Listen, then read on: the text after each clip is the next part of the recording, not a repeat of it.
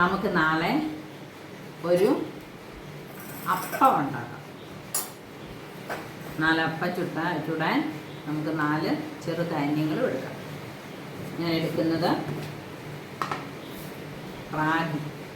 റാഗി നമുക്ക് ഒരു തവി എടുക്കാം. ഇനി 2 ചെറുധാന്യങ്ങൾ, ഒന്ന് ബാനിയാട്, അതും റാഗിയുടെ ഒപ്പം മതി. പിന്നെ അപ്പമല്ലേ, അപ്പോൾ അത് നന്നായിട്ട് വരണമെങ്കിൽ നമുക്കൊരല്പം അരിയും കൂടെ ചേർക്കാം. പച്ചരി, റേഷൻ കടയിൽ മേടിച്ച പച്ചരി കേട്ടോ, അതും ഒരു സ്പൂൺ. ഇനി ഒരു കീനോവ അല്ലെ കീനോ എന്നൊക്കെ പറയുന്ന ഒരു ചെറുധാന്യം, അതും ഒരു തവി എടുത്തു. ഇത് 4ഉം കൂടെ നമുക്കൊന്ന് കുതിരാൻ വെക്കാം. 4ഉം കൂടെ ചേർന്നാലും ഒരു നാഴിയില്ല കേട്ടോ. ഇനി നമുക്കൊരല്പം തേങ്ങയും ചേർത്ത് കുതിർന്ന് കഴിയുമ്പോൾ അരച്ചു വെക്കാം.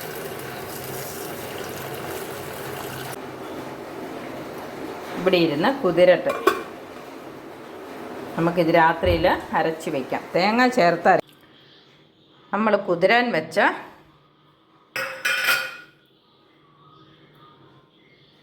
ചെറു മില്ലറ്റുകളും പച്ചരിയും കൂടെയാണ് ഇത്. കുതിർന്ന ചെറുധാന്യങ്ങളുമായ പച്ചരിയും കൂടെ നമ്മൾ ഇതിനകത്തോട്ട് മാറ്റിയിട്ടുണ്ട്. ഇനി ഇതിലേക്ക് ഒരു കൊച്ചുള്ളി, ഒരു പൊടിക്ക് ഒരല്പം, ഒരു 1/4 ടീസ്പൂൺ ജീരകം. നമ്മൾ അപ്പമാണ് ഉണ്ടാക്കുന്നത്. പിന്നെ നമ്മൾ ചേർക്കുന്നത്, നമ്മൾ ചേർത്ത അതേ സ്പൂണും കൊണ്ട് 1 സ്പൂൺ ചോറ്. ഇനി ഇത് നമുക്ക് അരച്ചെടുക്കാം. നമുക്ക് എന്തായെന്ന് നോക്കാം.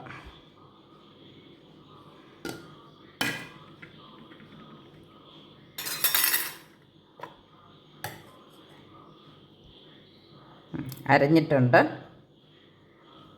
ഇനി നമുക്ക് തേങ്ങ ചേർത്ത് കൊടുക്കാം. തേങ്ങ ഒത്തിരി അരയുന്നില്ല, ജസ്റ്റ് ഒന്ന് ഒരു 2 സ്പൂൺ, 1 സ്പൂൺ തേങ്ങയാണേലും മതി. പാത്രം തേങ്ങ ഉണ്ടായിരുന്നു ചിരണ്ടിയത്, അതുകൊണ്ട് അതങ്ങ് ചേർക്കുക. പിന്നെ തേങ്ങ വെണ്ണ പോലെ അരയുന്നില്ല, ജസ്റ്റ് ഒന്ന് കറക്കിയെടുക്കാം. തേങ്ങയും ചേർത്ത് അരച്ചെടുത്തിട്ടുണ്ട്. ഇനി നമുക്കിത് ഒരു പാത്രത്തിലേക്ക് മാറ്റി ഒന്ന് മയം വരാനായിട്ട് വെക്കാം. നമ്മൾ ഈ പാത്രത്തിൽ അരച്ചെടുത്ത അപ്പത്തിനുള്ള കൂട്ട് നമ്മൾ ഇതിനകത്തോട്ട് മാറ്റിയിട്ടുണ്ട്. ഇപ്പം തന്നെ ഒരു ഉള്ളിയുടെയും ജീരകത്തിൻ്റെയൊക്കെ ഒരു നല്ല സ്മെല്ല് വരുന്നുണ്ട് കേട്ടോ. ഇതിവിടെ ഇരുന്ന് പുളിച്ച് മയം വരട്ടെ. പൊന്തി വരുമോയെന്നറിയില്ല, കാരണം നമ്മൾ ഈസ്റ്റ് ഒന്നും ചേർത്തിട്ടില്ല. ഇനി വെള്ളം കൂടുതലായി പോയി എന്ന് തോന്നുവാണെങ്കിൽ നമുക്ക് നാളെ അല്പം അരിപ്പൊടിയോ റാഗി പുട്ടുപൊടിയൊക്കെ ഉണ്ടെങ്കിൽ അത് വറുത്തോ, അല്ലെ അരി പൊടിച്ച് വറുത്ത് വെച്ചിട്ടുണ്ട്, അങ്ങനെയൊക്കെ ചേർത്താൽ മതി. ഇതിപ്പോൾ കൂടുതലൊന്നും ആയി പോവുകയല്ല, കാരണം ഇത്രയും ലൂസേ ഉള്ളൂ. അത് കുതിരുമ്പോൾ ഇനി ഒന്നും കൂടെ കുറുകിയല്ലേ വരുള്ളൂ. അപ്പോൾ ഈ കൺസിസ്റ്റൻസിയിൽ നിങ്ങൾ ദോശയുടെ അപ്പത്തിൻ്റെ ഇത് തന്നെ നമ്മൾ നാളെ നമുക്ക് രാവിലെ ഇതും കൊണ്ട് നാളെ അപ്പം ചുടാം. ഇതിവിടെ ഇരുന്ന് പുളിച്ച് വരട്ടെ, മൂടി വയ്ക്കാം. നാളെ രാവിലെ അപ്പം ചുടാം. നമ്മൾ ഇന്നലെ അരച്ച് വെച്ച് മാവ് എന്തായി നോക്കാം.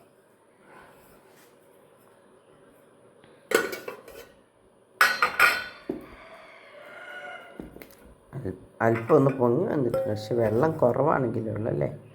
അപ്പം നമുക്കല്പം തേങ്ങാപ്പാലോ ചേർക്കാം. നമുക്ക് മില്ലറ്റ് അപ്പത്തിന് സോയ ചങ്ക് കറി വെക്കാം. അതിന് വേണ്ട സോയ ചങ്ക് ഇതിനകത്തേക്ക്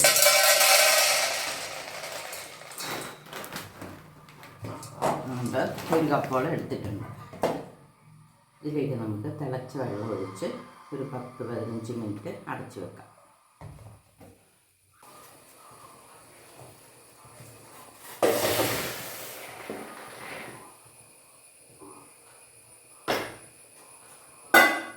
തീ കെടുത്തി മൂടി വെക്കാം.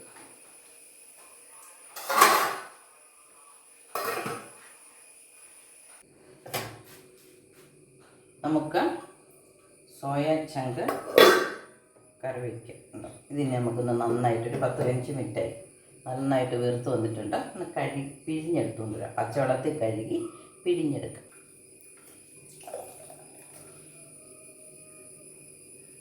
ഒരു 40 കഴിഞ്ഞ സ്ത്രീകളൊക്കെ ആഴ്ച 2 ദിവസം സോയാചങ്ക് കൂട്ടുന്ന നമ്മുടെ ഹോർമോൺ ലെവല് നിലനിർത്താൻ സഹായിക്കും എന്നൊക്കെ പറയപ്പെടുന്നു. ഏതാണെങ്കിലും നമുക്ക് ഒരു നോൺ വെജ് പോലെ കഴിക്കാവുന്നതാണ്. വെള്ളം വറ്റി എണ്ണ ഒഴിച്ചു കൊടുക്കാം.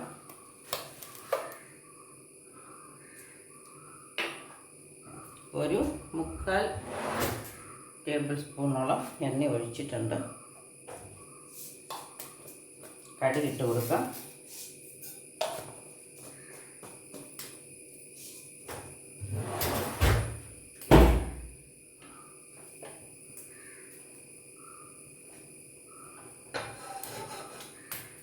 അപ്പത്തിനല്ലേ, അധികം എരിവൊന്നും വേണ്ടല്ലോ. അതുകൊണ്ട് ഞാൻ ഒരു മുളക് എടുത്തിട്ടുള്ളൂ.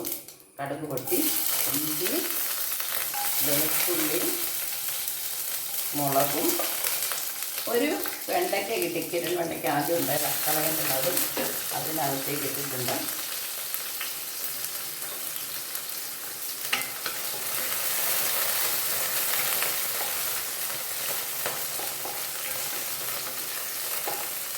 ആദ്യം ഇട്ടതിനാന്ന് വെച്ചാൽ വെണ്ടയ്ക്കയുടെ പിഴുക്കലൊന്ന് പോകാൻ വേണ്ടിയിട്ടാണ്. നമുക്ക് സബോള ഇട്ട് കൊടുക്കാം. ഒരു വലിയ സബോള അരിഞ്ഞെടുത്തിട്ടുണ്ട്. ഇനി അല്പം ഉപ്പിട്ട് കൊടുക്കാം.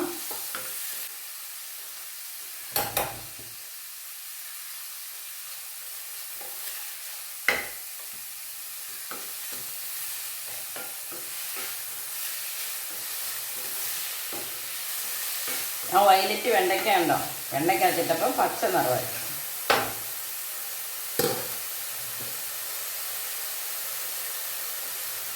ഇനി നമുക്ക് അല്പം കറിവേപ്പില ഇപ്പോഴും ഇട്ട് കൊടുക്കാം. അല്പം കറിവേപ്പില വാങ്ങാൻ നേരമില്ല.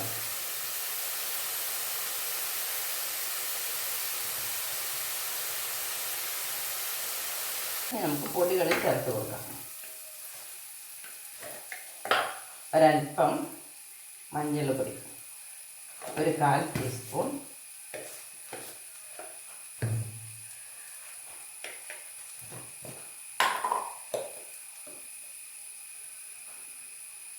കാശ്മീരി മുളക് പൊടിയാണ്, 1 ടീസ്പൂണോളം ഉണ്ട്. ഇത് വലിയ സ്പൂണല്ലേ. ഇനി നമുക്ക് അത്രയും തന്നെ മല്ലിപ്പൊടിയും ചേർത്ത് കൊടുക്കാം. ഇനി ഗരം മസാലയും അത്രയും തന്നെ ചേർക്കാം. അല്പം മല്ലിയും ഒക്കെ ചേർന്ന ഗരം മസാലയാണ്. ഇനി പൊടികളൊന്ന് ചൂടാവട്ടെ.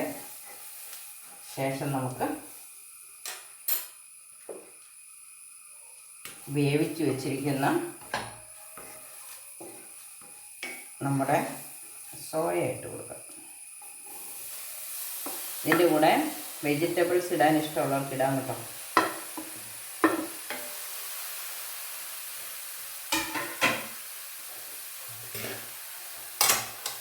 കാരറ്റോ,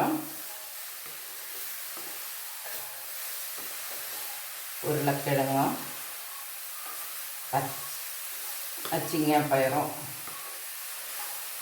അതല്ലെങ്കിൽ ബ്രൊക്കോളി ഒക്കെ ഇതിനോട് നമുക്ക് ചേർത്ത് ഉണ്ടാക്കാം. നമ്മളിപ്പം മില്ലറ്റ് അപ്പത്തിൻ്റെ കൂടെ കഴിക്കാനല്ലേ, അതുകൊണ്ട് ഞാൻ ഉരുളക്കിഴങ്ങൊന്നും ചേർക്കുന്നില്ല. നമ്മൾ മില്ലറ്റ് കഴിക്കുന്നത് വെയിറ്റ് കുറയാനും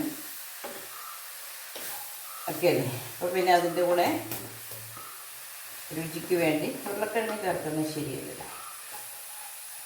ഇനി നമുക്ക് 2 പാല് ഞാൻ പിഴിഞ്ഞ് വെച്ചിട്ടുണ്ട്. ഇത് 2ാം പാലാണ്. ഇതാദ്യം ചേർക്കാം.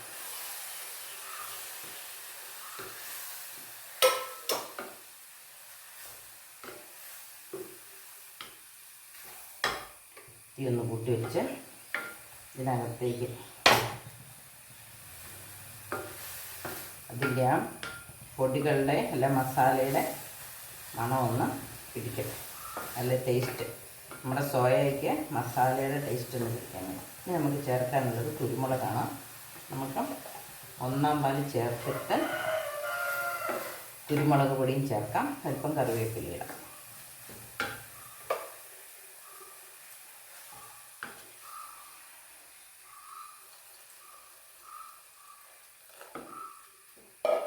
മാമ്പാലും ചേർത്തു.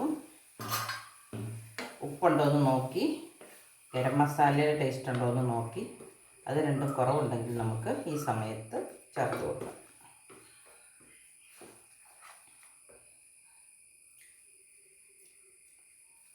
ഉപ്പ് അല്പം കുറവുണ്ട്. മസാലയും അല്പം കൂടെ ചേർക്കും. ഈ ഗരം മസാല ഉണ്ടാക്കിയ വീഡിയോ ഞാൻ യൂട്യൂബിൽ ഇട്ടിട്ടുണ്ട് കേട്ടോ. ഞാൻ തന്നെ ഉണ്ടാക്കി തന്നെ. ഇനി നമുക്ക് കുരുമുളക് പൊടി ചേർക്കാം. കുരുമുളക് പൊടി ഒരല്പം നന്നായിട്ട് ചേർക്കണം. കാരണം സോയയുടെ ഈ ചാറിനൊക്കെ ഒരു നല്ല ടേസ്റ്റ് വരണ്ടേ. അതുപോലെ കുരുമുളക് നമ്മുടെ കൊളസ്ട്രോൾ കുറയ്ക്കുന്നതൊക്കെയാണ്.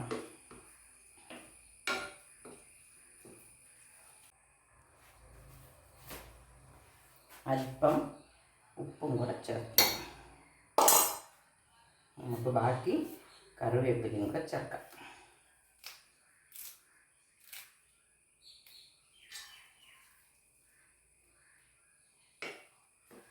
പതിയെ തിളച്ച് വരുന്നുണ്ട്. ഇനി നമുക്ക് മൂടി വെച്ചാൽ മതി.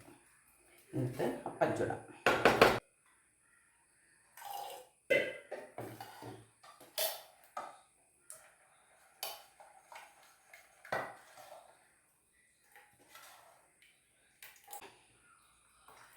ഒരല്പം തേങ്ങാപ്പാൽ ചേർത്ത് നമ്മുടെ ചട്ടി ചൂടായി.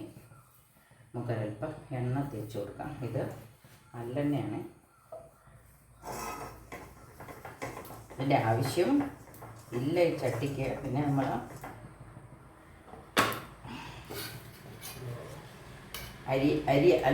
അരിമാവല്ലാത്തത് കൊണ്ട്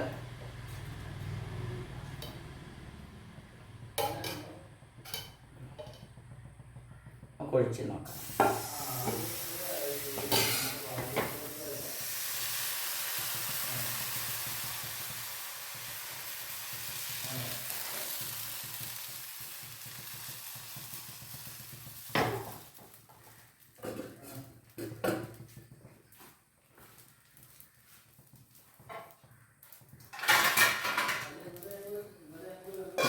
ഇത് നോക്കാം. ഉപ്പുണ്ടോയെന്ന് നോക്കിയിട്ട് തീ കുറച്ച് വെച്ചു. അടുത്തത് വയ്ക്കുക അല്ലേ. നിങ്ങൾ മുറിച്ചെടുക്കുന്ന കണ്ടപ്പോൾ മനസ്സിലായി നല്ല മഴയുണ്ട്. അല്പം ഉപ്പ് കുറവുണ്ട്.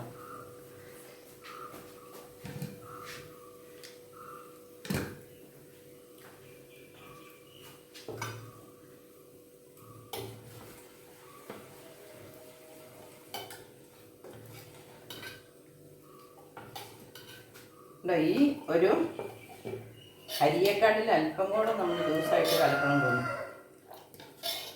കാരണം നമ്മൾ ദോശക്കല്ല് ചുടാൻ ആണെങ്കിൽ ഇത് മതിയായിരിക്കും. ഇത്രയും വെള്ളം വേണ്ടായിരിക്കും. അപ്പച്ചട്ടി ചുട്ടെടുക്കണം. ഇതേ മാവ് തന്നെ നമുക്ക് ദോശക്കല്ലിന് ചുട്ടെടുക്കാം കേട്ടോ. എന്നിട്ട് ഇത്രയും വെള്ളത്തിൻ്റെ ആവശ്യമായിരിക്കും. ഇത് വെന്ത് നമുക്ക് എല്ലാം ഇതുപോലെ ചുട്ടെടുക്കാം. നല്ലപോലെ ഉണങ്ങണമെന്നുണ്ടെങ്കിൽ കുറച്ച് സമയങ്ങൾ വെച്ചുകൊണ്ടിരുന്നാൽ നന്നായിട്ട് ഉണങ്ങി കിട്ടും.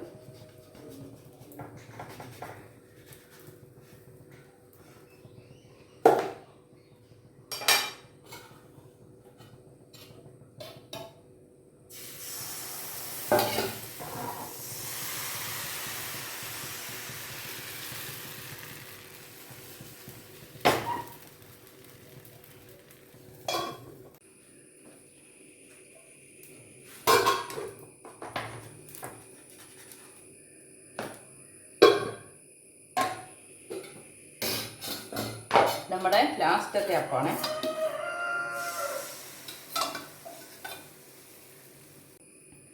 അപ്പം വെന്ത് കഴിയുമ്പം ഷീന്നൊരൊച്ച കേൾക്കാം. അപ്പോൾ ഒച്ച കേട്ടു. നമ്മുടെ അവസാനത്തെ അപ്പവും വെന്തിട്ടുണ്ട്. നമുക്കെടുക്കാം. ഷീന്ന് ഒച്ച കേട്ട് കഴിഞ്ഞാൽ അപ്പം വെന്തു എന്നാണ്. അപ്പം നമ്മുടെ അപ്പം ചുരുങ്ങി കഴിക്കാം. തീർത്തോട്ടെ. അപ്പം നമുക്ക് അപ്പം കഴിക്കാം.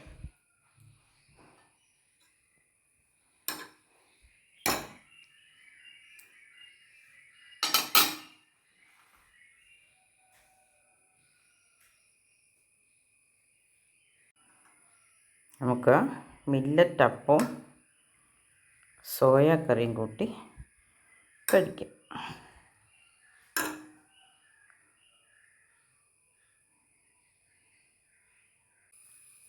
അപ്പോൾ ഇനി കഴിക്കാം.